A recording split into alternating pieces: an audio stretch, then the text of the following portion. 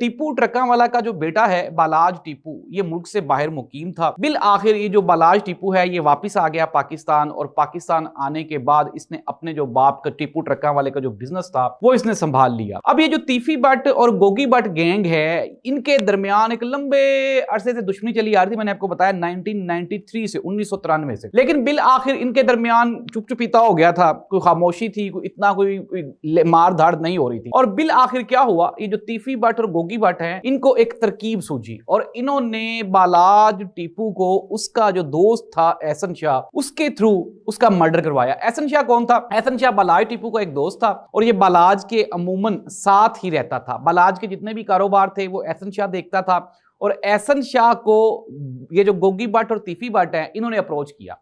इन्होंने अप्रोच करने के बाद एहसन शाह को ये लालच दिया कि अगर तुम बालाज टीपू के मर्डर में हमारी मदद करोगे तो एक तो बालाज टीपू का जितना बिजनेस है, ट्रक्का वाला गैंग का जितना बिजनेस है, जितनी प्रॉपर्टीज हैं वो सारी तुम्हें मिल जाएंगी, और इसके साथ ही साथ हम भी तुम्हें माली तौर पे मुआवनत करेंगे। नाज़रीन, एहसन शाह जो था वो इनकी बातों में आया। बातों में आने के बाद एहसन शाह ने अपने ही दोस्त बालाज टीपू की रैकी की, और रैकी करने के बाद बिल आखिर हमने देखा कि रायवंड में एक शादी थी, और उस शादी में एहसन शाह की जो इंफॉर्मेशंस थी उनकी बदौलत जो बालाज टीपू था उसका मर्डर हो गया।